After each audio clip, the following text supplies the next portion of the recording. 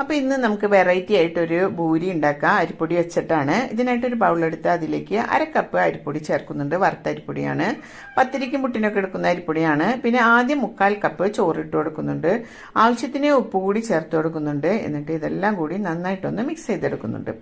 ഇനി മിക്സിയുടെ ജാറിലോട്ട് ഇട്ടിട്ട് ഇതൊന്ന് അരച്ചെടുക്കുന്നുണ്ട്. അപ്പം അരച്ചു കഴിഞ്ഞപ്പോൾ ഇതുപോലെ പുട്ടിനുള്ള പാകത്തിലാണ് നമുക്കിത് അരിഞ്ഞു കിട്ടിയിട്ടുള്ളത്. അപ്പം നമുക്ക് ഇതിൽ വെള്ളം പോരായ്ക ഉണ്ട്. അപ്പം ഞാൻ വീണ്ടും ഒരു 1/2 കപ്പ് ചോറും കൂടി ചേർത്ത് കൊടുക്കുന്നുണ്ട്. എന്നിട്ട് വീണ്ടും ഒന്ന് അടിച്ചു കൊടുത്തിട്ട് വീണ്ടും 1/2 കപ്പ് ചോറ് കൂടി ചേർക്കുന്നുണ്ട്.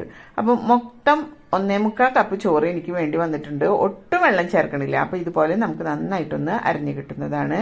ഇനി നമുക്ക് ഇത് വീണ്ടും ബൗളിലോട്ട് ഇട്ടിട്ട് ഒന്ന് കയ്യിൽ ഇത്തിരി ഒരു ഓയിൽ പരട്ടിയിട്ട് ആ പൊടിയിലേക്ക് ഇത്തിരി ഓയിൽ പരട്ടിയാലും മതിയാവും.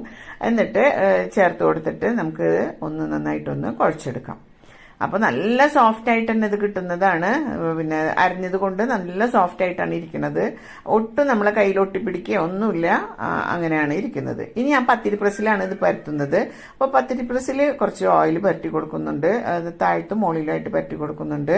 എന്നിട്ട് ഇതുപോലെ ഒരു ബൗൾ വെച്ചിട്ട് ഇതിലൊന്ന് അമർത്തി എടുക്കുന്നുണ്ട്. പതുക്കെ അമർത്തിയാൽ മതിയാവും. അപ്പോൾ തന്നെ പരന്ന് കിട്ടും. ഇനി അതല്ലെങ്കിൽ നിങ്ങൾക്കൊരു പ്ലേറ്റ് വെച്ചിട്ട് ഒരു പ്ലാസ്റ്റിക് ഷീറ്റിൽ വെച്ചിട്ട് പ്ലേറ്റ് വെച്ച് അമർത്തി അങ്ങനെ വേണമെങ്കിൽ അങ്ങനെ ചെയ്യാവുന്നതാണ്.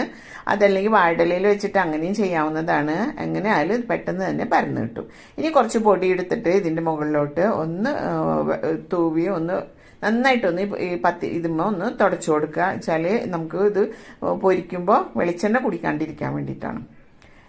ഇനി ഇത് നമുക്ക് ഇപ്പൊ നന്നായിട്ട് ഇത് പൊടിയെല്ലാം നന്നായിട്ടൊന്ന് തൂവി കൊടുത്തൊന്ന് പരട്ടി കൊടുത്തിട്ടുണ്ട്.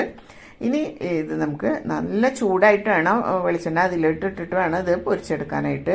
വെളിച്ചെണ്ണ നന്നായി ചൂടായിട്ടുണ്ട്. ഇനി അതിലോട്ട് ഇട്ട് കൊടുത്തിട്ട് ഇതൊന്ന് പൊരിച്ചെടുക്കണം. ഓയിൽ വേണമെങ്കിൽ നിങ്ങൾക്ക് ഓയിൽ ഉപയോഗിക്കാം, അതല്ലെങ്കിൽ വെളിച്ചെണ്ണ ഉപയോഗിക്കാം. എങ്ങനെ ആയാലും കുഴപ്പമില്ല. നിങ്ങൾക്ക് എന്താ വേണ്ടത് വെച്ചാൽ ചെയ്യാവുന്നതാണ്.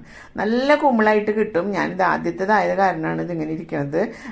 ഒറ്റ കുമ്പിളായിട്ട് ഇത് കിട്ടുന്നതാണ്. ഞാൻ പിന്നത്തെ വീഡിയോ ഒന്നും എടുത്തിട്ടുണ്ടായില്ല. അതുകൊണ്ടാണ് അത് കാണിച്ചു തരാൻ പറ്റാഞ്ഞത്.